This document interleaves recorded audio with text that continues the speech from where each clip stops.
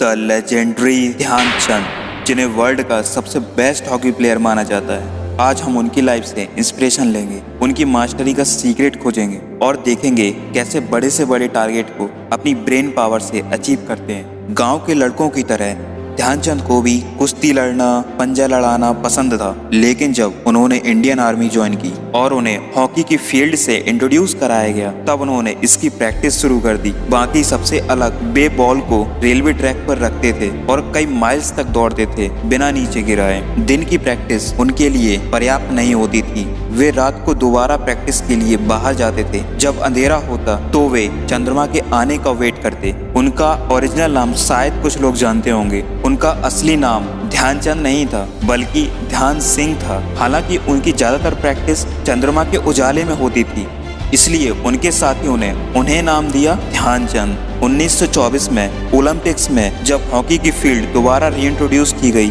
तब इंडिया ने अपनी बेस्ट टीम भेजने का डिसीजन लिया, जो ओलंपिक्स नीदरलैंड के एम्स्टर्डम में था। जब फाइनल हुआ तब आमने सामने इंडिया और नीदरलैंड था और इंडिया ने 4-1 से नीदरलैंड को हरा दिया और गोल्ड मेडल जीता। वे भारत की जीत पर विश्वास नहीं कर पा रहे थे, इसलिए उन्होंने ध्यानचंद की स्टिक को तोड़ा और देखा कहीं इसमें मैग्नेट तो नहीं छिपा रखी है। भारत वापस लौटने पर ध्यानचंद ने और भी ज्यादा प्रैक्टिस करना शुरू कर दिया और उन्होंने अपनी गेम को नेक्स्ट लेवल तक पहुंचा दिया। अगला ओलंपिक्स लॉस एंजलिस में था। ध्यानचंद भारतीय टीम के साथ यूएसए पहुंचे। यहाँ पर भी भारतीय टीम फाइनल में पहुंची और सामने टीम थी यूनाइटेड स्टेट, और इस बार भारत ने यूनाइटेड स्टेट को 24-1 से हराया, जिसमें से ध्यानचंद के 8 गोल्स थे। ये अब तक की सभी इंटरनेशनल हॉकी मैचेस की सबसे बड़ी हार थी। ध्यानचंद टूर्नामेंट के सबसे हाईएस्ट स्कोरर रहे। अगला ओलंपिक्स 1936 में था। ध्यानचंद अब हॉकी के सबसे बेहतरीन प्लेयर बन चुके थे और भारतीय टीम के कैप्टन बन गए थे। जब वे बर्लिन पहुंच गए, भारत ने जर्मनी के अगेंस्ट एक फ्रेंडली मैच खेला और वे हार गए। इस हार ने उन्हें डिमोरलाइज कर दिया। इसके अलावा उनके कुछ बेस्ट प्लेयर बीमार और इंजर्ड हो गए थे। हालांकि भारत की एक्सपेक्टेशन बहुत हाई थी, क्योंकि टीम में ध्यानचंद थे, जिन्हें भारतीय हॉकी का जादूगर जाना जाता था। बर्लिन में सभी जगह पोस्टर लग गए थे कि आओ और देखो भारतीय जादूगर को। भारत और जर्मनी दोनों फाइनल में पहुंच गए। मैच देखने के लिए स्टेडियम फुल हो चुका था, जिसमें 40,000 जर्मन उत्साह के साथ बैठे थे। हिटलर भी आया था। उसे भरोसा था कि जर्मनी गोल्ड मेडल जीतेगा। भारतीय टीम ने चारों ओर के वातावरण को देखा और नर्वस हो गए। मैच के आधे समय तक दोनों टीम का स्कोर बराबर था। हर टीम का 1-1 गोल था और दूसरे हाफ में भारत ने जर्मनी को 8-1 से हरा दिया। मैच के बाद हिटलर ने ध्यानचंद से बात की। घिसे हुए जूतों को देखकर उसने ध्यानचंद से पूछा, तुम क्या करते हो? ध्यानचंद ने कहा, मैं भारतीय सेना में हूँ। तुम्हारी रैंक क्या है? मैं लेंस नाइक हूँ। हिटलर ने कहा, जर्मनी आ जाओ, मैं तुम्हें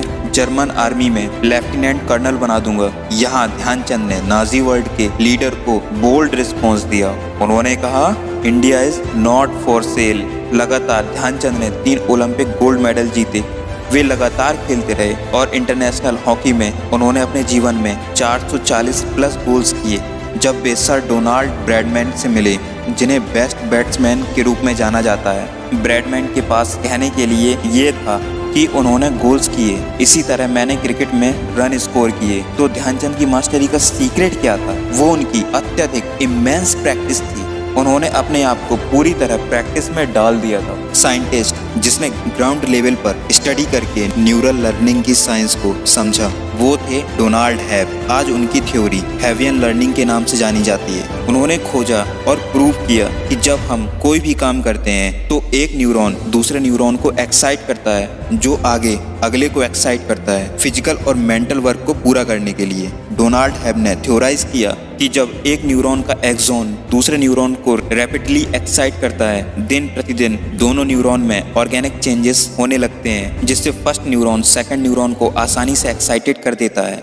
फॉर एग्जाम्पल, पहली बार जब आप टाइपिंग सीखते हैं, आप सोचते हैं मुझे ए टाइप करना है, और फिर आप ठीक से फिंगर उठाते हैं और आराम से की पर रखते हैं। लेकिन जब आप ये बार बार करते हैं, तब स्पीड तेज हो जाती है। ये सब न्यूरल लर्निंग के कारण होता है, जिसे हैवियन लर्निंग थ्योरी कहते हैं। अगर आप अपनी स्किल के लिए प्रैक्टिस नहीं करते तो न्यूरॉन एक्साइट होना बंद कर देंगे और धीरे धीरे आपकी स्किल कमजोर हो जाएगी, या कह सकते हैं इवेपोरेट हो जाएगी। लेकिन अच्छी बात यह है कि यदि हम नेक्स्ट टाइम जब स्किल प्रैक्टिस करते हैं तो जल्दी सीख जाते हैं, क्योंकि न्यूरॉन में ऑर्गेनिक चेंजेस काफ़ी तेज होते हैं। तो दोस्तों, अगर आपको ये वीडियो अच्छी लगी हो तो लाइक, शेयर एंड सब्सक्राइब कीजिए।